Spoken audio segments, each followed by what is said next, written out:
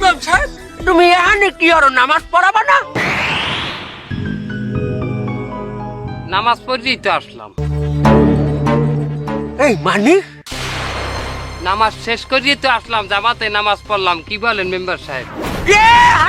এরপর তুই এটা হওয়ার শক্তি, তুই মসজিদের সভাপতিদের দ্বারা তুই নামাজ পড়াইছো, জামাত করছো।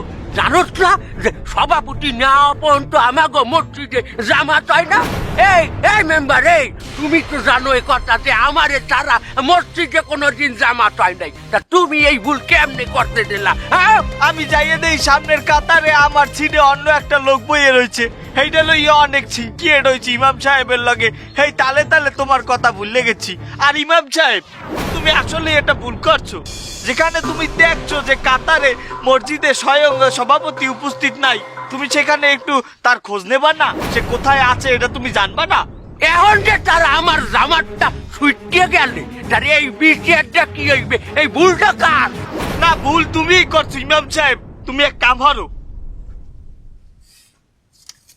তুমি সভাপতির পাও ধরিয়ে মাপ চাও। আমি ঠিক সময় নামাজ পড়াই, আমি এখন সভাপতির পাউদর দিয়ে মাপ চাবো? তুমি আমার চাইতে বেশি বোঝো ইমাম, তোমারে কিন্তু এখন গাড়ানিতে টানে। আমি আত্মা উড়ানোর আগে তুমি তাড়াতাড়ি মাপ চাও। আরে তোমার বাহের বয়সী, মাপ চাইলে জাত যাইবে না। আমি উমের দিকে তাকাইছি।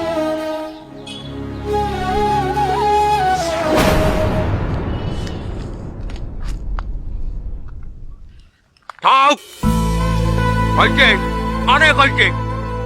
দুটা মাঝে গরু দান করা লাগবে না। যাও এখন যাও, এই ভুলটা আর নেক্সট টাইম কোনো